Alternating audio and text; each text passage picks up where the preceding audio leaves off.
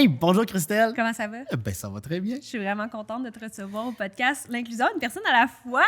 Denis, ça fait 20 ans qu'on se connaît. Ouais, ça passe vite, hein? Ça passe trop vite. Ça passe vraiment vite. On dirait qu'on n'a pas vu aller les 20 ans. Mais moi, je suis super content d'être là, par exemple. Là. Eh bien, moi, je suis vraiment, vraiment contente que tu sois là parce que tu es vraiment un beau modèle. Genre, moi, je te suis tout le temps dans tes courses, dans tes défis, parce que tu surpasses tes limites, puis les limites que les gens pensent que les personnes qui ont une incapacité ont aussi. T'sais, on dirait que tu défais toutes les barrières qui sont possibles. Ça se peut-tu? Ben, je sais. C'est ton objectif? Je sais pas si c'est un objectif, mais j'aime. J'aime ça. Puis ça date de mon enfance. J'aime dépasser. C'est pour ça que souvent, je dis dans les sports, je suis bon dans rien, mais j'essaye tout. Fait que j'aime essayer. Il y a un défi qui se présente, puis je les place pas. Hein. J'ai pas de plan. Je suis plus un gars qui n'a pas de plan. Action, reaction. Mais chaque personne que je vais croiser m'amène quelque chose. Oh, go, j'y vais. Ouais. Parce que si je le rencontre, cette personne-là, ou si ça m'amène cette idée-là, c'est parce que c'est le bon timing pour le faire. Là. Ouais. C'est pas mal mon mindset. Là. Ouais, on aime bien ça. On aime bien ça de suivre. C'est vraiment impressionnant de voir ce que tu fais. Denis, moi, je te connais bien, mais les gens qui nous écoutent, peut-être que c'est la première fois qu'ils entendent parler de toi. Si oui, ben allez le découvrir parce que ça vaut vraiment la peine. Mais qui est Denis Laliberté? Denis Laliberté, j'ai 52 ans aujourd'hui. 51 ans. Ah, ça veut dire ça s'en vient, 52. T'avais 31 ans quand on s'est rencontrés? Ouais, ça fait... Et puis moi, ça fait 27 ans que je suis en situation de handicap. Là. Je me souviens, quand j'ai eu mon accident, je croisais je rencontrais des personnes de 25-30 ans. Aïe, ça fait longtemps, eux autres. Mais je suis rendu là. Ouais. Puis j'ai un parcours très... Si on va faire le recap assez rapide là, de mes 52 ans. Moi, je suis né dans un petit village de Clairville. OK. En 1972, je suis le 8e de 8 enfants, donc je suis le bébé quand même. De ma famille. Le Clairville, 500 habitants, 2500 vaches. Ça dit très bien ce que c'est, très agricole. Et moi, je fais partie des jeunes qui ne s'est pas posé la question qu'est-ce que je vais faire dans la vie. Je vais être agriculteur, plus spécifiquement producteur laitier. Ça a toujours été clair dans ma tête. Et c'est ça que j'ai fait là, dès le jeune âge, un peu comme Obélix. Je suis tombé dans la potion magique. Ouais. J'aimais ça. J'étais un gars, ce qu'on appelle dans le jargon, un gars de vache. Donc, j'adorais ça. Mais malheureusement, à 24 ans, oups, petite bad luck, un accident sur la ferme. Ça m'a amené ailleurs, dans une vie, une deuxième vie. Je suis comme un chat, là, j'ai comme 9 vies. Fait que là, c'était ma deuxième vie, puis ça a été...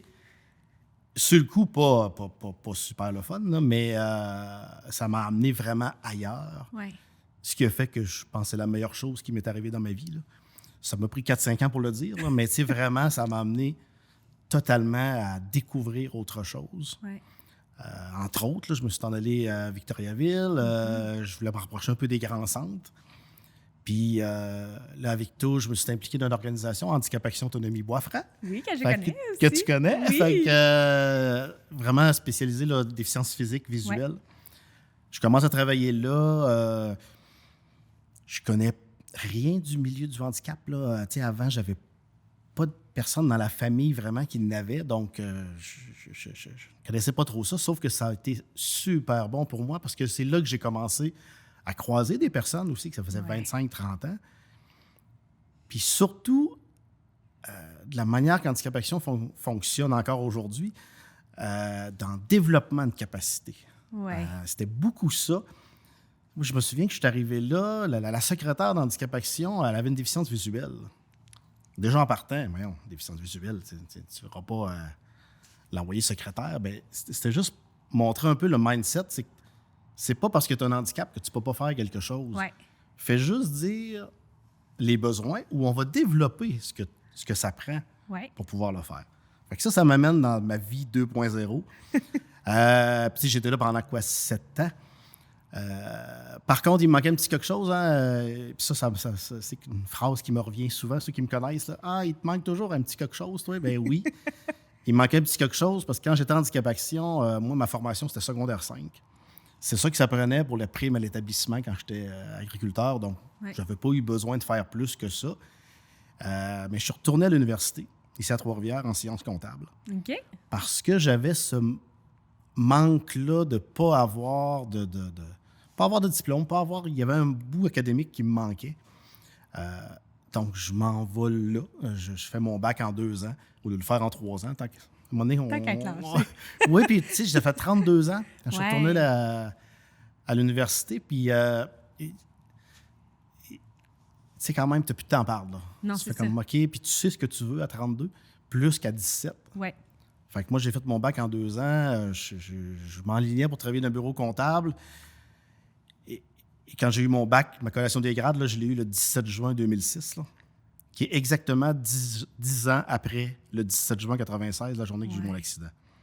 Ça me dit aussi les 10 ans que j'ai passé après. Je suis passé de, je suis à l'hôpital à j'ai un bac à l'université. Ouais. Tu fais comme, OK, il s'est passé quelque chose en 10 ans.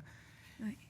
Et j'ai eu la chance, mon père était venu me voir, il dit, hey, tu veux-tu revenir sur la ferme? Quelque chose que je croyais impossible au début, parce que je me disais, je ne peux pas être producteur laitier, à finir par retourner sur la ferme en 2006 à temps plein, pour ne pas dire à temps double. Parce qu'on est producteur laitier, c'est par passion. Je suis un gars de passion. Fait que là, je retourne là, je me mets à en faire un peu plus. Moi, je faisais la traite, je faisais tout ce qu'un producteur laitier fait sur une ferme. Là. Même chose. Ouais. Parce que j'étais passionné, j'ai pu retourner là pendant 10 ans de temps, jusqu'à fin 2015, là, début 2016. Où là, on a vendu notre quota laitier, on a décidé d'arrêter toute la section production laitière. Et ça m'a amené maintenant à la ville de Victoriaville. Ça fait maintenant 8 ans que je suis là, technicien d'accessibilité universelle, là, qui est une autre passion. Fait que je suis rendu à ma vie 4.0. Il me reste encore 5 vies. Là. Oui, mais je pense que tu as aussi une autre vie 5.0 avec tout le sport que j'espère qu'on va aborder aussi. Bien, c'est sûr, parce que ça fait partie de l'inclusion. Oui, vraiment! Beaucoup même. Puis ça m'amène à qu'est-ce que ça signifie l'inclusion pour toi? L'inclusion. Ça peut être très large. Oui, c'est une grosse question. On pourrait le voir très large. Ouais. Puis je me rends compte, je pense que j'ai ça même avant que j'ai eu mon handicap. Là. C'était déjà comme ça avant. C'est juste d'accueillir, mais aussi de profiter. Des fois, le mot « profiter » pourrait être mauvais, mais j'aime ça de l'utiliser, ce mot-là, parce qu'il faut profiter des différences de chacun. Ouais. Chaque personne amène quelque chose.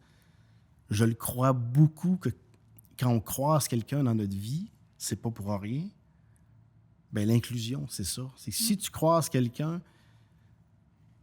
profite de ce qu'elle a à t'amener, même si c'est pas comme toi. Surtout que dans un monde aujourd'hui où on est très géré par les algorithmes, là. C'est-à-dire que on va aller sur les réseaux sociaux ou peu importe, et on nous amène, comme par hasard, toujours des choses qui nous confortent dans notre position, parce que c'est des choses qui nous ressemblent. On devient de moins en moins ouvert aux autres. Et l'inclusion, c'est ça. C'est pourquoi on ne reste pas toujours ouvert à ce qui se passe ailleurs. Pour moi, l'inclusion, c'est vraiment ça. Là, de profiter de tout le monde qui nous entoure. Ils sont là pour ça. Tellement. Profiter de l'unicité de chacun qui va nous apporter, c'est ça, encore plus grand que ce qu'on aurait pensé, au lieu de se fermer à toute cette... Puis ça nous amène ailleurs. Ben oui, ça nous amène à nous transformer. Ça fait 51 ans que je me transforme, puis je suis content. Oui, puis c'est ça qu'on veut, que justement, ça évolue, que ça change. Là. Puis si on va avoir plusieurs vies dans une vie, bien justement, il faut se donner cette chance-là. Sinon, on va avoir sur un beau fleuve tranquille toujours la même chose. Ce qui peut être correct aussi, là, mais... Moi, j'aime ça quand ça bouge. Mais tu disais que, genre, c'était venu avant même ton accident. De quelle manière? Je m'en rendais peut-être pas compte avant. Des fois, quand j'analyse, même avant mon accident, j'étais très inclusif dans le sens que, mettons, quand j'étais sur la ferme, ce qu'on appelle des cercles de jeunes ruraux, des cercles de jeunes éleveurs, là, il y avait ça partout au Québec, là, mettons, dans les années 80. Là, il y en a beaucoup moins. En 95, l'année avant mon accident, petite ville comme Leclerville, on est vraiment petit. Là. À l'exposition locale, on était 36 jeunes qui participaient. 36 jeunes à Leclerville, ça s'appelle « Toutes les jeunes de Leclerville ». Déjà là, j'étais très inclusif, même si c'était pas ton but dans la vie d'être producteur laitier ou d'être agriculteur, c'était in. Alors, il faut qu'on soit là-dedans. Et tous les jeunes participaient. Même si c'était pas tout pour faire une carrière après là-dedans, mais hey, oui, on veut participer, on veut être dans la gang, on aime ça. Ouais. Puis je me souviens, je me faisais dire, ouais, mais ça donne quoi, là? Ils seront même pas agriculteurs plus tard, là. Ça va donner quoi? Ben non. Ils trippent, puis ils aiment ça, puis on leur apprend quelque chose. Pourquoi pas leur apprendre? Ça me permet de me dire, ouais, même dans ce temps-là, j'étais déjà inclusif, même avant aujourd'hui. Ouais. Puis aujourd'hui, c'est encore pareil. Je vais rencontrer quelqu'un, ou si quelqu'un, des fois, va... Pourras-tu dire, ben, mettons, qu'il va être dérangeant, mettons. Ouais. Qui n'est pas comme les autres. Ouais. Ben, au contraire, automatiquement, je vais prendre la personne, puis je vais essayer de l'amener à ce qu'elle pourrait être de mieux. Ouais. Puis c'est ça, l'inclusion. Là. C'est vraiment d'amener la personne à être... À ne pas l'isoler, à ne pas le tasser ou à essayer de le mettre dans un moule qui ne fitterait pas. Là. C'est ça. De juste essayer de le comprendre puis d'observer comment on peut collaborer ensemble, être ensemble. Je trouve ça important d'essayer de développer les capacités de chacun. Là. C'est sûr que l'inclusion, moi, quand j'ai eu mon accident, c'est sûr que ça a frappé un peu plus raide. Ouais. Là, ça m'a amené, pas par rapport à l'inclusion, mais par rapport à connaître le milieu du handicap. Ouais. C'est ça que ça m'a amené quand j'ai eu mon accident. Ou là, connaître un milieu que je ne connaissais pas, une communauté que je ne connaissais pas non plus. Puis, tu sais, à Leclercville, y avait-tu une communauté de ça? Pas du tout. OK. Il y avait une autre personne handicapée OK. qui était de Leclercville. Puis moi, je me souviens, là, 96, j'ai mon accident. Et là, on est vraiment en accessibilité de compassion, que j'appelle. Là. Ouais. Dans une petite municipalité, ils ont rendu l'église accessible. Bon, ça ne veut pas dire que j'allais plus à l'église après, mais j'ai un accident. C'est ça. Rendre l'église accessible et rendre la caisse populaire accessible. OK. Une institution financière la rendre accessible. Ouais. Dire ça en 2023, c'est sûr que ça c'est même pas pensable. Là, ouais. Mais parce que là, il y avait un accident, il y a quelqu'un de la communauté qui avait quelque chose. OK, on va rendre la caisse populaire accessible, l'église accessible. Et là, c'était vraiment de la compassion. Okay. Et dans ce temps-là, je pense bien qu'aller voir un commerce pour le rendre accessible, il fallait toucher cette fibre-là. Ouais. Puis là, moi, dans mes 27 ans, je le vois la différence aujourd'hui. Ouais. Quand je vais voir un commerce, dans ma job, j'ai à faire ça, puis je suis très chanceux de pouvoir faire ça. Là, je peux amener des arguments qui sont beaucoup plus économiquement et socialement rentables. Oui, c'est ça. Parce que c'est ça qu'ils te demandent aussi, hein?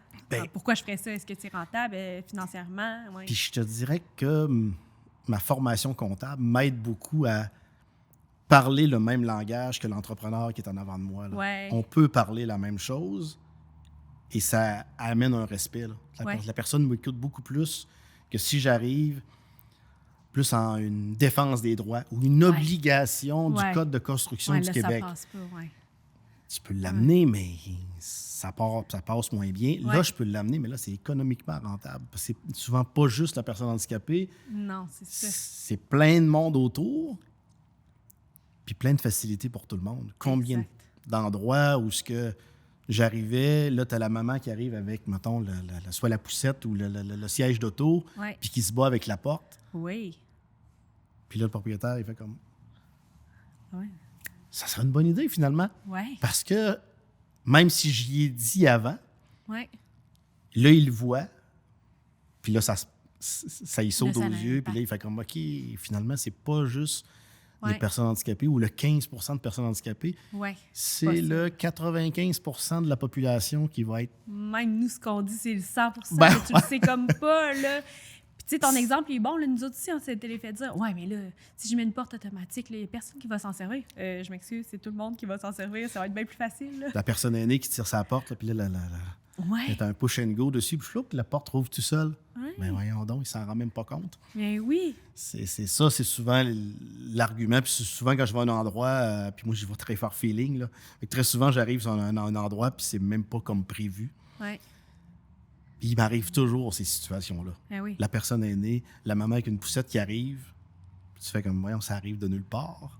Puis ça, je l'ai développé beaucoup là, dans les 27 dernières années, là, mon 6e sens. Oui, mais c'est parce que pour beaucoup de gens, c'est encore associé à accessibilité égale personne en fauteuil roulant parce que le logo, c'est une personne en fauteuil roulant. Mais tu fais comme, ben non, c'est tellement plus large que ça, là. Ouais. C'est beaucoup plus large. Par contre, je m'en sers beaucoup parce que dans l'imaginaire de la population facile, en général, c'est ça. Ouais. Puis ça, je trouve ça dommage. Les personnes handicapées, on ne développe pas notre pouvoir d'influence qu'on pourrait avoir sur la communauté. Mm-hmm. On a souvent tendance à plus se reculer et de ne pas utiliser ce pouvoir-là d'influence qu'on a. Ce qui fait que on va souvent l'entendre. Il y a 15 % de personnes handicapées ou 18 % ou 21 % là, dépendant des chiffres qu'on prend. Ouais. Ils sont où? C'est ça. Souvent, ils ne sont pas là parce que on ne peut pas y aller, j'irai pas, je le sais, j'ai pas que ce soit pas accessible, j'y vais pas. Mais au contraire, faut forcer un peu, il faut pousser la note un peu puis dire OK, ben si c'est pas accessible à un endroit, si on y va, ben le propriétaire là, ou les clients vont faire comme hey, ben ce sera peut-être temps qu'on se rende accessible. Ouais. Si on reste chez nous, ben ça ne changera pas. Là. Non, t'as bien raison. Fait que souvent, je me fais dire, écoute, t'es partout. Ben oui, justement. C'est important que je le sois. Oui. Si ça peut nous inspirer d'autres à l'être, ben go, c'est comme ça qu'on va avoir de l'influence sur notre communauté. Là. Oui, pas en restant chez nous. Là. Non, c'est clair. Parce que, tu sais, la plupart des gens ne le voient juste pas qu'il y a ce manquement-là ou cette inaccessibilité-là.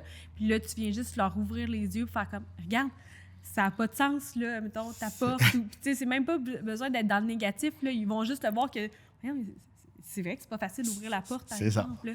Ouais. Moi, si un endroit est inaccessible, il y a des bonnes chances que j'y aille. Tu vas m'en faire exprès, là. Je vais m'organiser pour que je puisse rentrer, puis, tu sais, c'est ça, de forcer la note un peu, mais ça permet d'allumer des lumières. Oui, parce que dans le fond, ils se privent tellement de clientèle, tu sais, fait que c'est à leur détriment à eux, dans le fond, là, qu'ils se privent. Puis, toute la communauté de personnes handicapées va être beaucoup plus axée à y aller après. Là. Oui. S'il y en a une personne qui y va, ou deux, ou trois, ou quatre, ben là, ça part, puis... Puis, tu sais, vous êtes un bel exemple à Victoriaville parce que, tu sais, souvent, là, je l'ai même dit dans le podcast de Nathalie, tu sais, je me fais dire, ouais, mais à Victo, il y en a plus de personnes handicapées. Non, il n'y en a pas plus. C'est juste mieux pensé. C'est juste qu'ils peuvent sortir dehors, aller faire les activités, participer à la vie citoyenne. C'est juste ça, la différence, là. C'est ça qu'on est chanceux à Victo, là, quand même. Là. Il y a eu tellement d'années avant. Oui. Même avant qu'il y ait une politique d'accessibilité, il y avait déjà des choses qui étaient faites. Tu ne changes pas un environnement en 2-3 ans. Là. Ça prend des années, des années. Même à Victo, il faut des fois se battre pour des choses qui seraient supposées d'être simples. Puis tu fais comme, voyons, pourtant, ça serait supposé être facile. Ouais. Mais la communauté est quand même déjà très plus sensibilisée. Ouais. On a quand même l'avantage, on va se le dire, une ville à 50 000 habitants, assez de services. Ouais. Mais pas trop gros non plus, parce que quand on tombe dans des villes plus populeuses, là, on tombe avec d'autres problèmes là, plus difficiles. C'est sûr qu'à 1 million d'habitants puis 50 000, on n'est pas dans la même chose. Non. En plus, nous, la ville est planche. Ouais. Un réseau de pistes cyclables, c'est pas du tout en lien avec l'accessibilité. Mais tu peux aller partout à Victo. Là. On a 84 km de pistes cyclables, là, puis ça te permet d'aller partout. Fait que, oui, on va se faire dire on est la capitale des quadriporteurs, c'est pas pour rien. Ouais. Tu peux aller partout. Puis là, c'est ça qui est beau. On donne une formation à tous les employés à la ville, qu'on donne avec Nathalie, entre autres, puis les conseillers, le maire aussi. Il a fallu qu'il fasse la formation l'année passée, entre autres, vu qu'on a un nouveau maire. Et là, je prends ses mots à lui. Là. Après la formation, il dit ouais, là, je comprends pourquoi on a une ville où il y a autant de quadriporteurs et de triporteurs. La ville est vraiment bien faite pour ça. Ouais. Le centre-ville est super accessible, qui fait que ça l'incite à bouger, à sortir de chez eux au lieu de rester à la maison. Ouais. Et ça a pris cette formation-là pour faire comme OK, là, je le sais, je viens de le vivre et je le comprends. Et puis, je vois l'importance de... c'est ça. Puis l'importance de ça change. Puis surtout, tu sais, en sa position de maire, il va avoir un impact encore plus grand s'il comprend puis qu'il voit le sens de pourquoi il fait ça puis pourquoi que Victo est réputé pour ça aussi. La formation qu'on donne aux employés et à tous les nouveaux partenaires municipaux, ou conseillers ou maires, c'est vraiment ça. C'est de multiplier pour que ce ne soit pas juste, mettons, moi ou Nathalie qui va découvrir les endroits inaccessibles. Non, là, maintenant, c'est des collègues qui vont nous amener ça. Oui. Parce que, hey, là, suite à la formation, je viens de voir ça. Mais ça a un impact tellement grand, ce genre de formation-là. Parce que dans la formation, c'est pas juste une balade. Hein. Ils vont pas juste se promener avec des équipements adaptés. Ils vont toucher toutes les sortes d'handicaps, que ce soit auditif ou visuel. Et ils vont toucher à plusieurs handicaps durant la formation. Et on leur demande une rétroaction aussi dans ce 3 heures-là pour qu'ils comprennent ce qu'ils ont fait. Et pas juste ce qu'on va voir souvent, là, aller faire une excursion, si on veut, avec des équipements adaptés. Mais il n'y a pas un background après, là. C'est beaucoup ce qui change la formation. Il faut qu'après, ils comprennent ce qu'ils viennent de faire. Ils se doivent de nous trouver aussi des bonnes choses et des mauvaises choses qu'ils ont vues. Là, et c'est là qu'ils développent la formation, le parcours qu'ils ont fait. Ben, OK, je viens de comprendre pourquoi je viens de le faire. Oui, ils deviennent des acteurs de changement. Puis là, après ça, ils deviennent des acteurs de changement. Puis ça change. Les employés avant et après là, qui l'ont fait, toute une différence. Tu parlais là, qu'ils t'envoyaient des messages. Là, nous autres aussi, là, on vit ça. Là, on est toujours en train de sensibiliser, former. Fait qu'après ça, on reçoit « Hey, as-tu vu cette salle de bain-là dans ce restaurant-là? » Ou « Ah, as-tu vu ça? Ça n'a pas de bon sens. » Tu sais, même mes enfants sont rendus de même. Là, ils rentrent quelque part. Ils font « Ah, maman, t'as-tu vu ça? C'est pas accessible. » Ou ils font « Ah, as-tu vu ça? C'est vraiment inclusif, là, maman. » Ça devrait tout être de même. Ça devrait être naturel. Mais... on a encore beaucoup de travail à faire. Là. Mais tant mieux. Puis en même temps, notre rêve, c'est justement qu'on n'ait plus de travail à faire. C'est ça, mais qu'il n'y aurait plus rien à faire. Encore. Mais puis en même temps, ça va toujours rester de l'inclusion. Ça va toujours rester... Oui, puis tu sais, ça va évoluer. Tu sais, en 20 ans, tu l'as nommé, ça l'a évolué. Clairement, mettons, moi, je parle de mon accessibilité universelle de 20 ans à comment j'en parle maintenant. On était à des années-lumière. Tu es d'accord avec moi où, il y a 20 ans, on était beaucoup sur le cadre bâti. Oui. Et aujourd'hui, quand on me demande l'accessibilité, c'est quoi? C'est l'humain. C'est tout. Oui. Parce tout ce que qui touche. Si l'humain n'est pas accessible, là, même si on rentre ici dans le local et que tout est accessible, ça donne rien.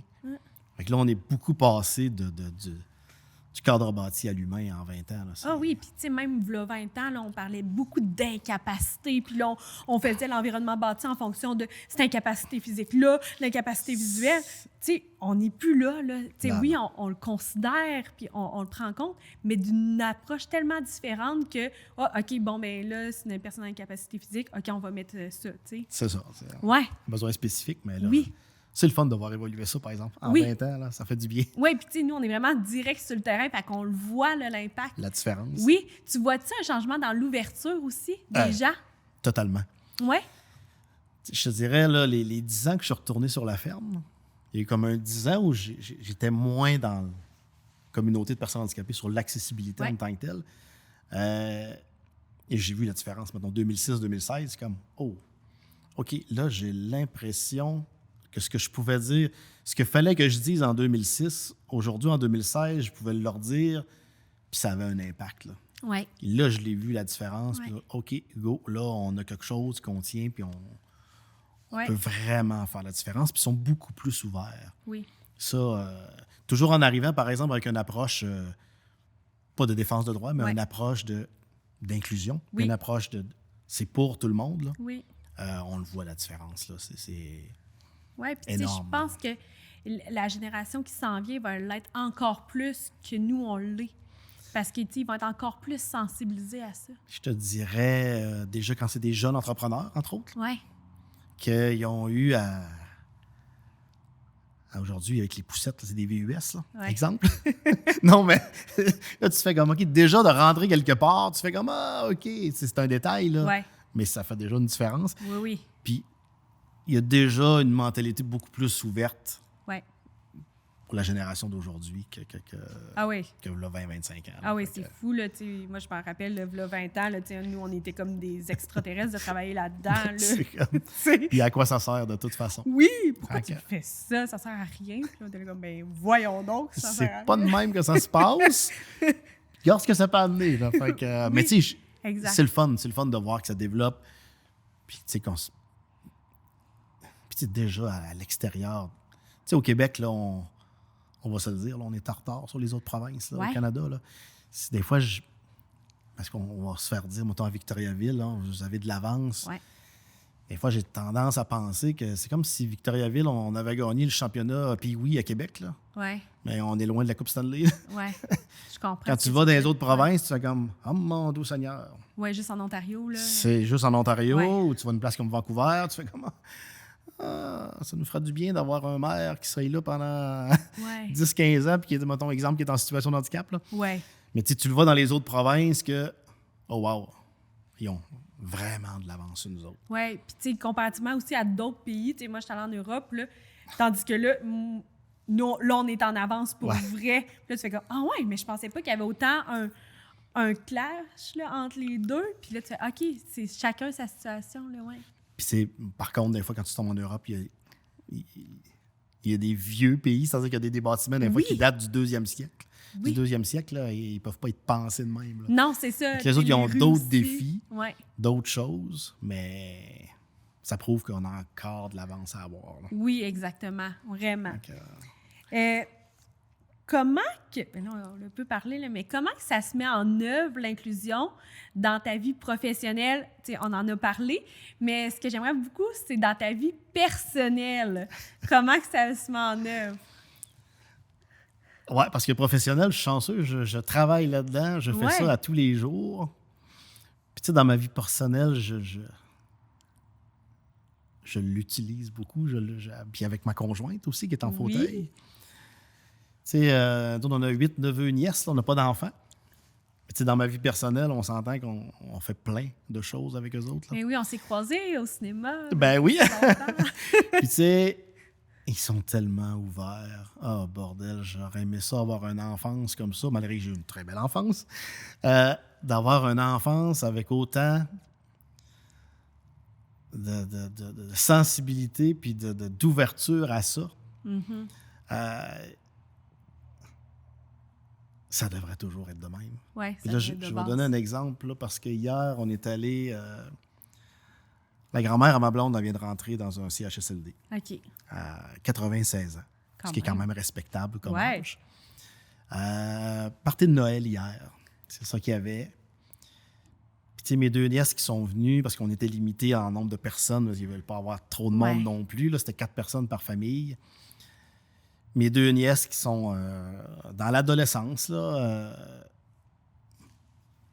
ben, c'était à peu près les 2 jeunes, entre 10 et 20 ans, les 2 seuls jeunes qu'il y avait là. Ah ouais. D'avoir cette ouverture-là, puis de pouvoir aller voir c'est quoi un CHSLD à ces âges-là, puis de voir l'ouverture, hey, wow, c'est beau de voir. Parce que souvent, nos aînés, c'est plate à dire, on a tendance à les parquer quelque part. Oui, à les oublier. Je me souviens, je suis revenu hier soir, puis là, je jasais avec Marilyn, puis bordel, c'est-tu beau de voir ça? Ouais. Tu sais, l'inclusion, ça va là. De les amener à voir des choses qui, des fois, n'auraient pas cette chance-là de voir. Oui. Puis ces autres, c'est leur arrière-grand-mère. Là. Ouais. Mais dans ma vie personnelle, c'est beaucoup ça qu'on fait. C'est de les amener à découvrir plein de choses. Puis, tu sais, des fois, ça va être du loisir. Des fois, ça va être... Puis souvent, ils vont nous aider aussi, là. Tu sais, tu as un enfant de 14, 15 ans, 16 ans. Là, moi, c'est pas trop émotif, là, mais...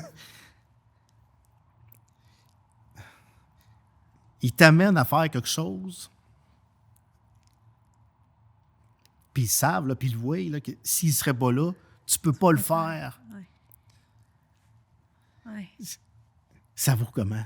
Ouais, tu sais, on est allé... c'est précieux pour eux, là. Hey, tu sais, c'est hot, là. On est allé Canyon Sainte-Anne. Ah, qui est tout près de Québec. Là, il y a Je ne sais pas comment il appelle ça, comme une tyrolienne. Ouais. Tu sais, pour aller là, il y a 15 marches pour monter. Là. Mais après, on peut se transférer sur la tyrolienne, puis la responsable du Airfly, je me souviens pas comment ça s'appelait, Air Canyon qui l'appelle.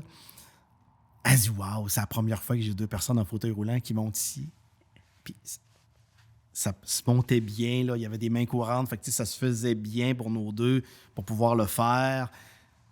Puis là, on avait William Pillory, et dans ce temps-là, il y avait quoi? 16 et 14, 17 et 15. Puis ils nous ont aidés à monter là.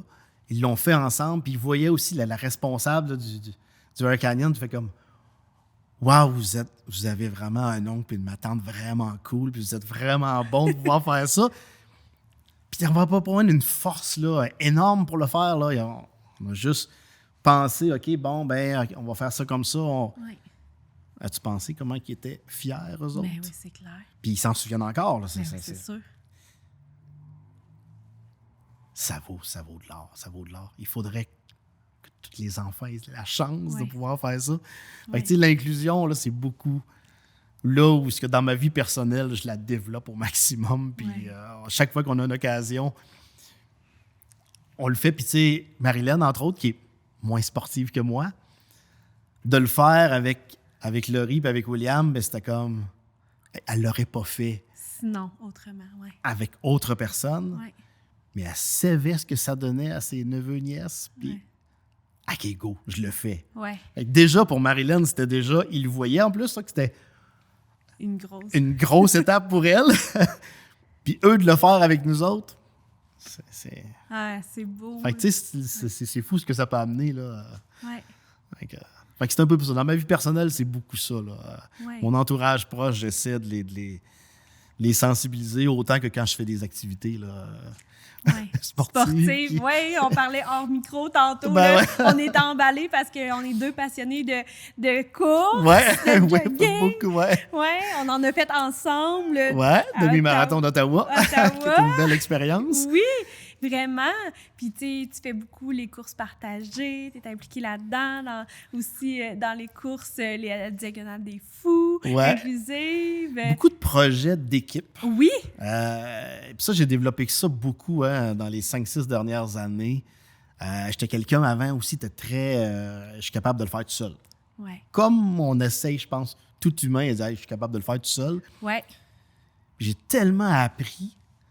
Ça aussi, ça fait partie de l'inclusion, là, d'apprendre à demander de l'aide. Oui. C'est drôle parce que Gilles, c'est ça qu'il nous a nommé de toi, qui trouvait ça beau, que tu étais capable aussi de vivre les deux comme de te laisser aider, mais de savoir que tu es capable d'en faire, mais que il y a des choses que tu ne serais pas capable autrement s'il n'était pas là autour de toi. Ouais. Ben, Gilles, entre autres, avec les Joëlettes, c'est le Mont-Albert que j'ai fait l'année passée. Ouais. Où tu te rends compte que le Mont-Albert, et là, on n'est pas du tout dans le milieu de personnes handicapées, là. Tout le monde devrait faire cette rando-là du Mont-Albert. C'est une vue, c'est quelque chose de magique. Tu peux faire plein de randonnées, mais celle du Mont-Albert, tout humain sur Terre devrait faire ça. Je vais la mettre sur ma liste. Et oui, ça vaut vraiment la peine. Moi, comme personne handicapée, je suis chanceux de pouvoir l'avoir faite, avec une belle gang en plus. Ouais. On a travaillé fort pour se rendre là. Ouais. Mais cette notion-là d'apprendre à demander de l'aide, puis ça, je dis souvent merci à Marilyn pour ça, parce qu'elle m'a développé ça, qu'elle dit que c'est important, des fois, d'avoir de l'aide. Là. Ouais. Puis, avant, j'avais tendance à dire non, là, je fais comme oui. Ça nous amène tellement ailleurs. Ouais. Puis, tu sais, j'ai des amis là, en situation de handicap qui ont dit moi, je ne serais pas capable de faire ce que tu fais, là, de se laisser un peu guider par les autres, parce qu'à un moment donné, il y a comme à un moment donné une certaine perte de contrôle. Que toi, c'est plus toi qui as le contrôle. Ouais. Ouais, mais si tu fais confiance à 12 personnes, là, puis que ça t'amène ailleurs, c'est génial, c'est débile. Tout le monde devrait s'ouvrir à ça, mais je suis parfaitement conscient qu'on ne peut pas tout être là. Ça m'a pris une 20aine d'années en situation de handicap avant de dire « Ah, finalement... » C'est donc bien cool. Ouais. Fait que, ça t'a permis de vivre le Mont-Albert. Ben, que là, maintenant, tu conseilles à tout le monde. À tout le monde, là, tu sais. Puis ça amène à plein d'autres projets. Puis, tu Tu sais, de faire une activité seule, c'est sûr que ça se fait vite. Là. Ouais. Puis, bon, on fait du jogging. Là. Ouais, on le sait. OK, tu pars, tu t'en vas faire 10 km, 20 km. Quand moi, j'ai commencé à courir parce que je voulais me tenir en forme, surtout qu'après, je suis producteur laitier, je bougeais moins. Là. Ouais. J'avais pris un 30 livres, moi, dans une univers, là, de 2015 à 2016, là, où j'avais besoin de me remettre en forme. Là. Puis c'est pour ça que je me suis mis à faire du jogging. Et ce qui était le fun, tu décides de partir à 8h11 le matin, tu pars, paf, tu vas faire, tu y vas. Ouais. C'est bien seul, mais en gang, ça passe tellement plus vite. Là, tu fais comme, OK, attends un peu. Puis là, tu te mets à aimer ça. Ouais. Puis je le dis maintenant quand je cours, là, j'utilise le terme, là, je suis rendu guidoune quand je cours. C'est-à-dire que moi, quand je cours, si je croise quelqu'un que je connais, parce qu'à un moment donné, je commence à en connaître plusieurs. Ouais, il y a quand même beaucoup de monde. C'est sûr que je vais tourner. Je vais virer avec la personne, soit qu'elle marche, soit qu'elle court à ma vitesse ou un peu plus vite. On va s'ajuster, puis on va faire un grand bout ensemble. Et là, on va discuter en plus en même temps. Et combien de fois je me suis fait dire, mon doux, ça a fait du bien de jaser pendant 5 km, 10 km ensemble. Ça devient une thérapie. Puis je pense que tout le monde devrait faire ça. Tu sais, qu'à un moment donné, tu cours, oui, tu es dans ta bulle, mais de courir à 2, à 3, à 5. Oui, puis en mode performance. Non, tu n'es plus en mode... Justement, vivre le moment présent, voir les kilomètres passer, puis tu t'en rends pas compte. Puis c'est pour ça que dans les courses inclusives, on se retrouve une 60aine. Oui. Là, on débarque dans une course, puis là, on arrive une méchante gang, puis on a du plaisir. Oui, puis en plus, vous êtes souvent dans mon coin, là, c'est sûr que là, je vais le faire. Oui, puis on commence à vouloir un peu... On faisait beaucoup le centre du Québec, là, de plus en plus. On veut aller un peu plus ailleurs. On a des projets de pouvoir aller un peu n'importe où. Là. Le but, c'est vraiment de démocratiser ça, puis que ça devienne normal aussi dans les événements de course. Parce qu'au centre du Québec, on se le fait redemander. Là, c'est comme, vous venez cette année. Là, parce important. Qu'on devient un élément important. Et moi, je le dis souvent, on est 15 % de personnes handicapées. On arrive dans les événements, il y en a 0 %. Moi, je courais, il y en a une personne en fauteuil. Hein? Il n'y a pas personne d'autre. Je rêve du jour où on va être 15 % de personnes handicapées dans un événement sportif. Mais moi, j'ai été impressionnée à Ottawa parce qu'il y en avait, j'en ai croisé vraiment beaucoup, qui faisaient la course. Puis c'était pas que des personnes ayant une incapacité physique, là, des incapacités visuelles, là, avec des accompagnateurs. Là, moi, j'ai couru justement avec une personne mais que c'était ça. Je trouvais ça tellement beau. Là. Puis ça, on devrait en avoir de plus en plus. Là. Oui, puis il y avait même une madame, là, je ne sais plus quel âge qu'elle avait, là, mais elle avait dans les 90 ans puis qu'elle faisait ça aussi. C'est beau, là, justement, de démocratiser ce milieu-là. Puis d'amener, entre autres, parce que souvent, les événements de course, je ne suis pas un athlète, je ne peux pas le faire. Oui. Ben non, tout le monde peut le faire. C'est un demi-marathon, là, tu peux le faire en 4 heures. Là. Oui, à un moment donné, il y a un certain... Il y a un temps, là. Mais mettons un demi-marathon en 4 heures. On va prendre un exemple. Oui. Mais tu peux le faire grosso modo en marchant.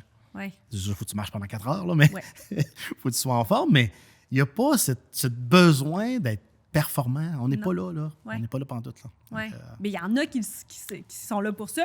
C'est bien correct. Ils partent. Oui, exactement. Mais il y en a d'autres qui, justement, ils sont là pour vivre le 21.1 ou le 10 ou le 5 ou le 2. C'est ça. En marche, en course, mais que c'est ça leur objectif. Puis je pense que plus on va être là, ben plus ça va démocratiser. Hey, tout le monde peut le faire. Là. Combien de personnes en Cartus, ils l'ont fait? Ils sont dans le Cartus, ils finissent le dernier kilomètre ou le dernier 500 mètres en marchant avec leur force. Oui. Ce qu'ils ont, puis ils finissent comme ça. Oui. Go, là. Moi, en tant que maman, là, je l'ai fait souvent avec la poussette. J'en avais 2, 3 enfants, des fois, que je poussais, puis que... Ouais. Puis les enfants, quand tu leur fais vivre ça quand ils sont jeunes, après, c'est tellement facile. Ben oui, ils veulent courir après là, ça. Moi, j'ai ma nièce là, qui reste chez nous là, actuellement. Puis cet automne, on courait beaucoup. J'allais pas courir pour la performance. Là. Des fois, on courait pour aller le plus vite possible. Des fois, on courait pour étudier son examen de bio. L'autre jour, c'est pour se défouler parce qu'elle a un travail d'équipe puis elle a comme besoin de ventiler. C'est à ça que ça sert. Là, on a fait surtout des 5 km avec Laurie. Ben, go! Ouais. Je suis pas en train d'y apprendre à courir. Je suis en train d'y apprendre à aimer courir. Ouais. Et là, c'est elle qui me dit « Hey, on va-tu courir, mon oncle? Là, J'en ai besoin. » J'en ai besoin. Puis là, tu fais comme « Ah, OK, oui, on va aller courir. » Ah oui, j'aime ça.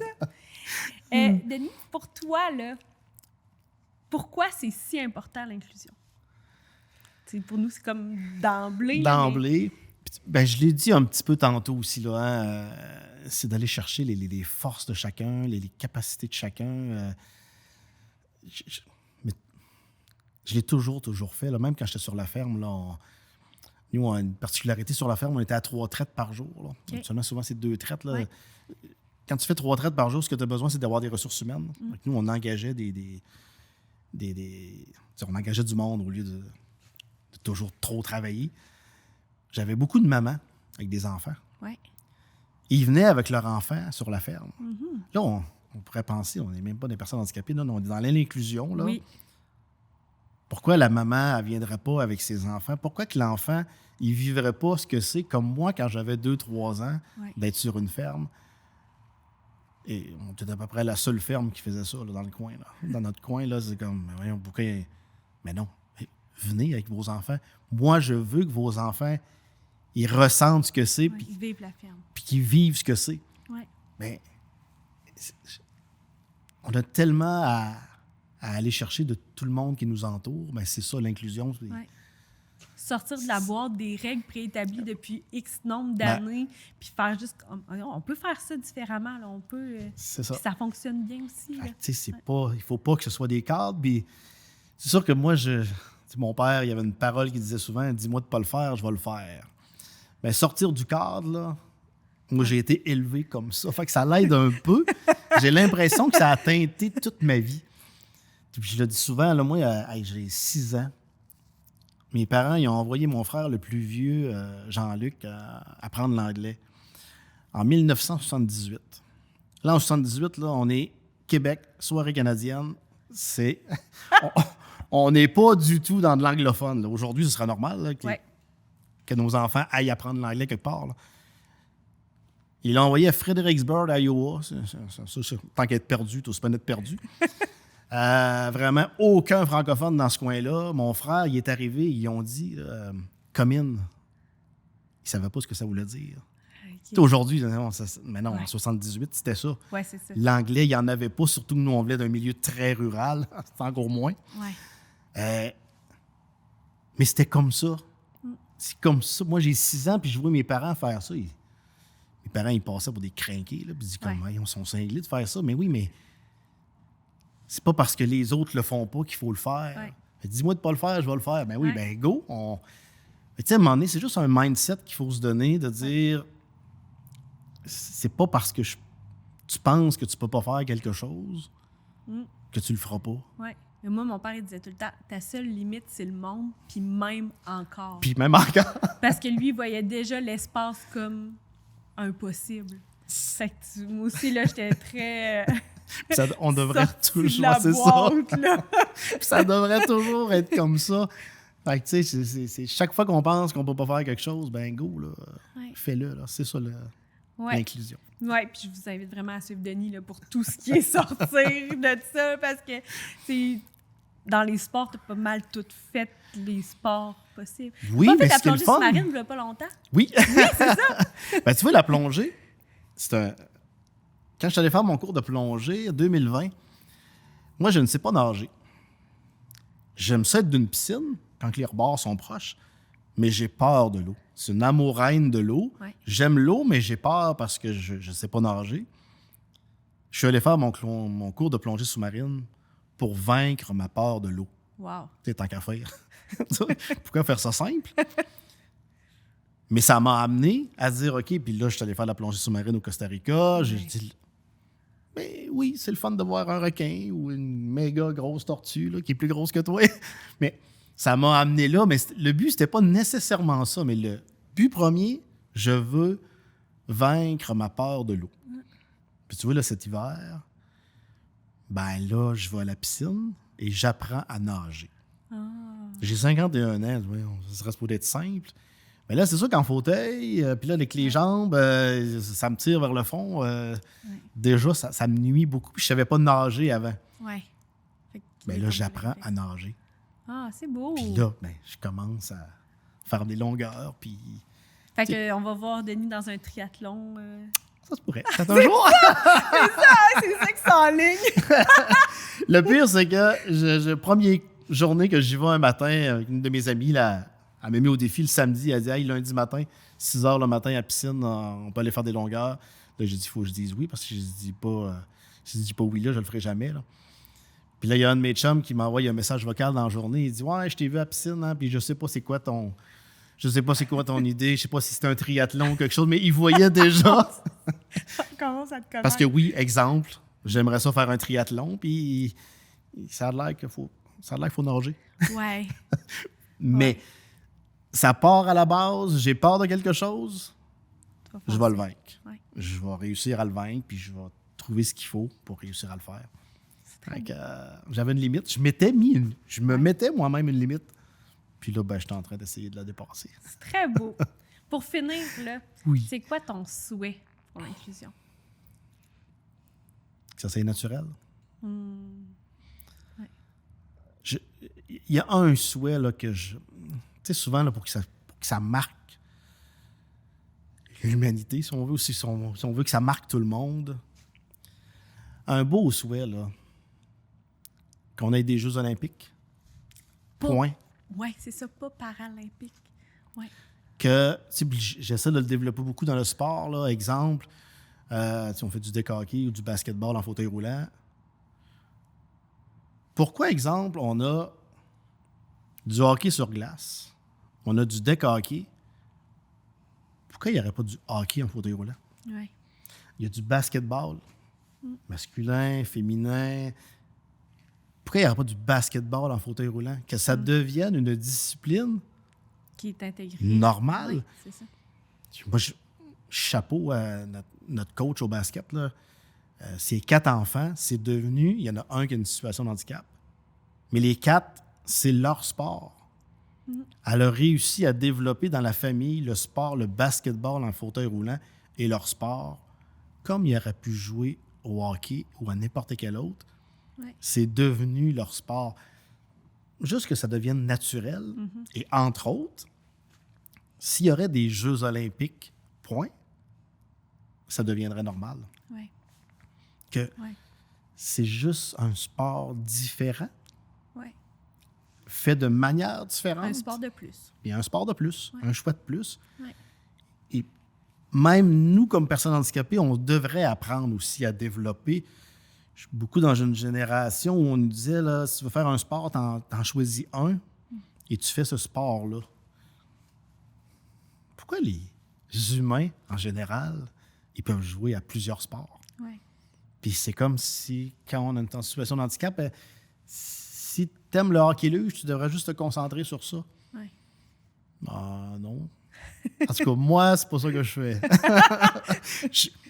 Oui, je pourrais être peut-être meilleur au basketball si je me mettrais juste sur ça, ou meilleur au hockey si je ferais juste ça, mais non, j'aime ça, jouer. Puis oui, j'aime ça, jouer au tennis une fois par semaine. Puis oui, je suis pas un champion, mais c'est pas grave. Oui, t'as du plaisir. J'ai du plaisir, puis c'est assez important le plaisir. Oui, c'est pas mal la base, oui. En tout cas, dans mon gars, ça l'est. Si je suis dans un sport et j'ai pas de plaisir, je vais probablement trouver une autre méthode d'avoir du plaisir dans ce sport-là. Ouais. C'est ça qui va arriver de toute façon. Fait que, fait que c'est mon souhait. Très beau souhait. De rendre ça normal. Oui. Okay. Merci. Ben, merci à toi. C'était vraiment, vraiment intéressant. Cool. Merci beaucoup. OK. Yes.